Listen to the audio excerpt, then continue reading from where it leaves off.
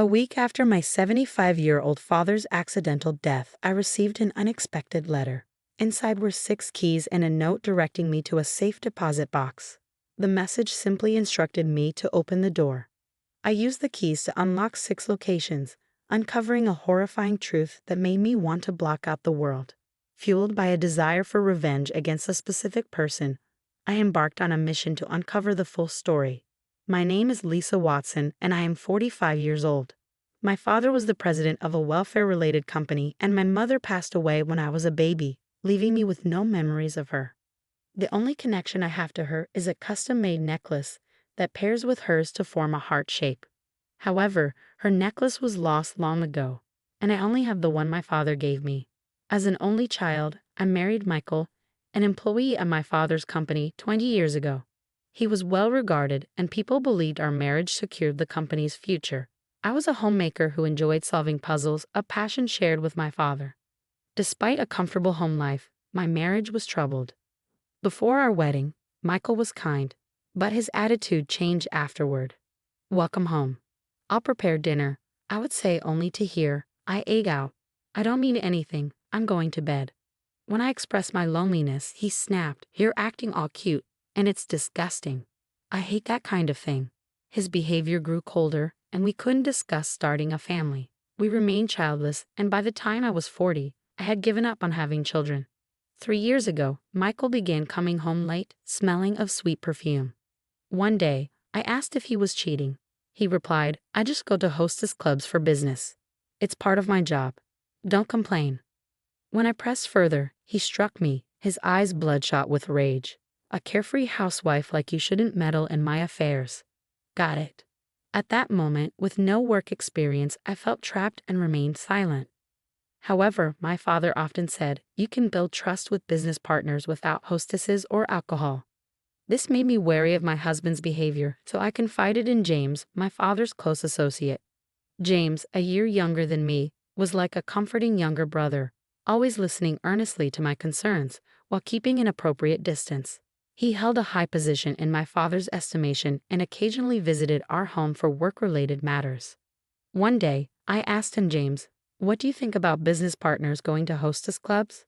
His response was measured. "Times change, and so do people's approaches to work." True. Thank you, I feel better now. "If you ever need help, don't hesitate to ask," James assured me. His calm demeanor encouraged me not to dwell on the matter further. However, life took a dramatic turn shortly afterward. 1 month ago, the morning after my husband left for an overnight business trip, I received a call from the police. My beloved father had passed away in an accident. When I arrived, he was already in the mortuary, appearing as if he were merely asleep. The police arrived with my husband, James, and several company executives. "Why would this happen? Please tell me everything," I implored tearfully. The investigating officer informed me that my father had jumped from a desolate cliff. Traces of sleeping pills were found in his system, and his abandoned 7-seater car was nearby. Inside the car, they discovered a neatly typed suicide note. The letter contained the words, "I'm exhausted," and left the position of the company president to my husband, Michael. Although it wasn't handwritten, James explained that my father often created memos on his computer, so a typed note wasn't unusual. Based on their experience, the police speculated that my father might have taken the pills to cloud his consciousness before leaping. James wasn't present at the time, and no witnesses had come forward. I sincerely apologized despite being in the position of a close associate, James said, tears welling up in his eyes but managing to hold back. Even my usually cold husband, Michael, gently embraced my shoulder during this difficult moment. My father, who presided over many employees, left behind an abundance of tasks for those who remained. In the days that followed, chaos reigned within the company. For now, my husband assumed the role of president, and James seamlessly transitioned into his right-hand man. Meanwhile, I was busy handling matters related to relatives and acquaintances. Times like these made me wish I had a sibling. As an only child who had lost both parents, I felt a vague sense of loneliness despite my husband's presence. I grappled with my emotions. 1 week after my father's death, I received a letter addressed to me. Inside the envelope was another with a cryptic message. "Read this after finding a safe place." Curiosity piqued, I opened it immediately. 6 keys and a slip of paper with the location of a safe deposit box fell out. A single note accompanied them. Open all the doors. Only then will you discover the truth. Recalling my father's love for puzzles, I felt a glimmer of relief amidst my sadness. Intriguing, I thought. From that day on, between household chores, I visited 6 different safe deposit boxes, unlocking each one. What unfolded was beyond my wildest expectations. Could this be real? I gasped, unraveling a truth that sent shivers down my spine. As the events of the past played out in my mind, tears traced down my cheeks. I can't stay idle even if it leads to a heartbreaking conclusion, I resolved. With my emotions weighing on me, I set forth. One day, a month after my father's funeral, my husband returned home unusually early and offered me wine. It was a gesture he had never made before. Well, this is unusual. What's the occasion? Actually, James mentioned that you like wine, so he gave it to me. Really? I said, surprised. When my husband pulled out the bottle, I wondered what was going on. However, I did enjoy both red and white wines, having discussed them with James before. James really knows everything about our family, doesn't he? With that, my husband disappeared into the kitchen with the bottle and opener. He returned to the living room with a glass of wine in hand. I still have some work to do, so go ahead, Lisa. Thank you. Hold on a moment, I want to prepare some snacks. I retreated to the kitchen, busying myself with preparations before returning to my seat. Cheers, I said, raising my glass to take a sip. My husband's expression twisted, and he squinted at me. Seeing his reaction out of the corner of my eye, I couldn't help but smile inwardly. An hour later, my husband scrutinized my face suspiciously. Hey, has anything changed? Not really. Oh wait, is it because I'm still awake? Surprising, isn't it? Huh? What are you talking about? Enough with the act. You drugged the wine with sleeping pills, planned to drive me somewhere, and then throw me off a cliff like my dad. But it won't work. In truth, I had been investigating my husband's room until that day. I found a bottle of sleeping pills hidden in his desk drawer. I discreetly replaced the pills with identical-looking supplements and returned them to their original place. His trip to pour wine in the kitchen was actually an opportunity to mix the sleeping pills into the wine. Why are you snooping around my things? Those pills are for when I can't sleep. I don't need your transparent lies. Actually, something like this was sent to me recently. I dramatically spread out the letter and 6 keys on the table. I opened all the doors. Inside were thin papers with scattered words. I layered the 6 flimsy sheets, and lo and behold, they formed a complete sentence. The one who killed the president is Michael Watson. Danger is also approaching you. Take a good look. I pointed at the finished message. Who the hell sent this? The answer was about to be revealed. James, his close associate, calmly stepped forward. The sender was me. Earlier, when I went to fetch snacks from the kitchen, I secretly messaged James and had him hide near the entrance. I had doubts about the president's suicide, so I discreetly investigated various aspects. You were doing that. The day after we learned of the former president's passing, you brought a woman to the president's office, right? I was nearby at the time, James added, revealing that he had deduced from the conversation between Michael and the woman. At that moment, James revealed that my husband had killed my father to take over the presidency. My husband couldn't help but roll his eyes and avert his gaze. I grabbed Michael's shoulders and shook him. And you were after my life just to get your hands on the entire fortune. The woman seemed to think all those affairs were mere jokes, but I believed it was the truth. James confessed that he had no concrete evidence until he could consult the police. But he wanted to inform me somehow, so he chose to send the letter. My husband remained defiant. Why are you blindly believing what this guy says? Taking a deep breath, I decided to reveal the hidden truth. Actually, I began. I need to share the untold story. Once upon a time, my dad fell in love with my mom, who grew up in a children's foster care facility. However, due to his strict parents, their marriage faced opposition. In the end, they married without consent, and I was born. What does that have to do with anything now? My husband interrupted. Please listen to the whole story, James interjected. My husband, wearing a stern expression, reluctantly took a seat nearby. During my dad's absence on a business trip, his strict parents initiated divorce proceedings without consent, leaving only my mom to be expelled from the house. But I thought she had passed away, Michael said, confused. That was a lie concocted to conceal our family secret, I revealed. Apparently my mother, pressured by my father's parents, tearfully withdrew when they told her, a future president's wife with someone like you would tarnish our family reputation. To make matters worse, I, then just 1.5 years old, was forcibly separated from my reluctant mother, all for a selfish reason, to be the heir presumptive in case my father didn't have any male grandchildren in the future. My father was fed a false story by his parents. Your wife left you after having an affair. But the truth was different. No wonder, my husband muttered. I had no idea about the president's past.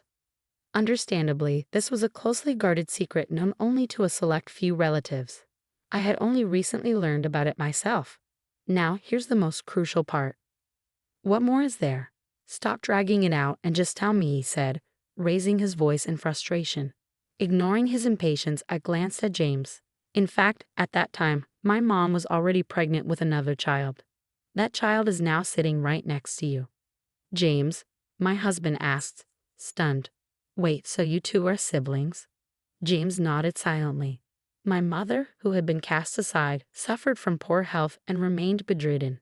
Meanwhile, my father, unable to accept the betrayal of the woman he loved, never remarried and tirelessly searched for my mother's whereabouts. 30 years passed. My father visited a rundown apartment and finally found my mom. She was critically ill. They'd reunited briefly before she'd passed away. At that moment, James and his father each discovered for the first time that James's company president was his own father, while his father learned that he had a son. My mother hoped I'd pursue a socially impactful career, so I chose to work in the welfare sector at this company. James joining the company was purely coincidental, but perhaps our mom orchestrated our connection. I continued. James, his eyes welling up, revealed, my father once considered promoting me to a high-ranking position and publicly acknowledging our relationship. However, I declined, wanting to forge my own path.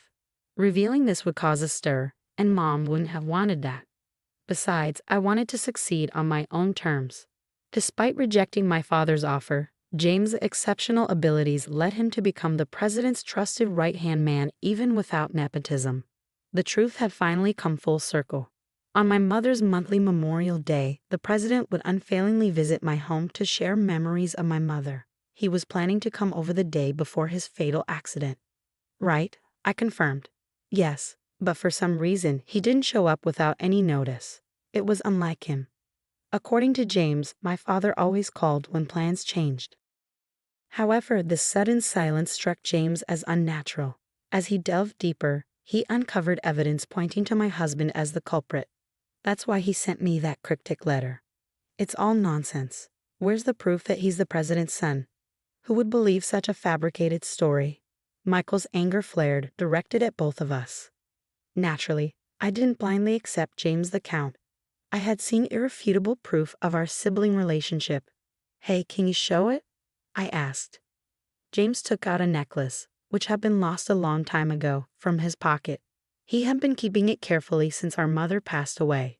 When combined with the one I have, it forms a heart and is undoubtedly the one that our father and mother had custom made.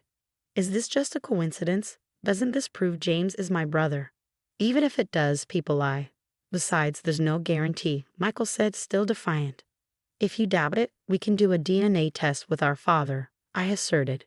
Since my father had recently passed away, there were plenty of heirlooms suitable for testing. My unwavering confidence seemed to unsettle my husband. Suddenly, he crumpled a thin piece of paper with a coded message. Why did he go to such elaborate lengths? Well, that was to ensure that even if you stumbled upon it, you wouldn't easily recognize it. James had discerned that Michael, despite appearing competent at work, had a tendency to delegate inconvenient tasks to others. So, as a precaution, he assumed that even if Michael found this letter, he would assign it to a trusted subordinate. Interestingly, knowing my penchant for puzzles, James believed I would decipher the message. This trick was something the president devised during his lifetime. He'd proudly say, "How's that? Quite clever, isn't it?" Come to think of it, my dad always jotted down interesting ideas. He once mentioned wanting his daughter to tackle a mystery like this. And so with this backstory, my brother and I learned of my husband's crime. Over time, we meticulously searched for clues in his room. We discovered evidence that he had fabricated a false suicide note on his computer. Additionally, James checked Michael's motorcycle ride history using an app. It revealed a one-way trip from the accident site back home. You loaded the motorcycle onto the car, pushed my dad off the cliff, and then used the bike to return home, I exclaimed. Recalling the day before my father's demise, my husband claimed to be on a business trip. However, according to James, there was no such task. Your marriage to me was probably just about money and status. On the day when Michael secretly brought his affair partner into the president's office, James discreetly followed the woman. It turned out that she was a hostess from a cabaret club. Later, James infiltrated the club undercover. The woman, smitten with James, readily spilled the truth. Why harm my dad at all? I couldn't wait until the old man kicked the bucket. Despite Michael's repeated attempts to retire, my father adamantly refused, James revealed. It seemed my husband couldn't bear to wait for his demise. His selfishness ignited a fiery rage within me. We'll share our findings with the police and request a reinvestigation. But you haven't reported it yet. Could it be because you still care about me? My husband retorted, spouting nonsensical excuses even at this point. James, equally baffled, remained silent. Going to the police would have resolved it through the legal system, wouldn't it? James asked. But I wanted to take matters into my own hands and avenge our dad, I confessed. When I confessed my inner turmoil, Michael finally seemed to grasp the situation he was in. He apologized tearfully on the spot. Michael's face was a mess of tears and a runny nose as he looked up at me. His body trembled uncontrollably. However, neither I nor my brother had any intention of forgiving Michael, who had sent our father to the afterlife. What you've done is a serious crime. But please forgive me. Prepare to experience despair, I said. Afterward, with James's assistance, I handed the sobbing Michael over to the police. In a subsequent interrogation, Michael admitted to taking our father's life. With the intervention of a lawyer, the divorce was finalized. The $20,000 compensation was paid from his savings. According to reports, Michael, now confined behind bars, appears to be a mere shell of his former self. The woman, aware of his marital status, had an affair with him and also demanded alimony of $10,000. Meanwhile, James, publicly acknowledged as the president's biological son, has assumed the role of the president. His past accomplishments were duly recognized. I'll be assisting with administrative tasks at the company from now on. My brother and I will join forces to uphold the legacy our father left behind.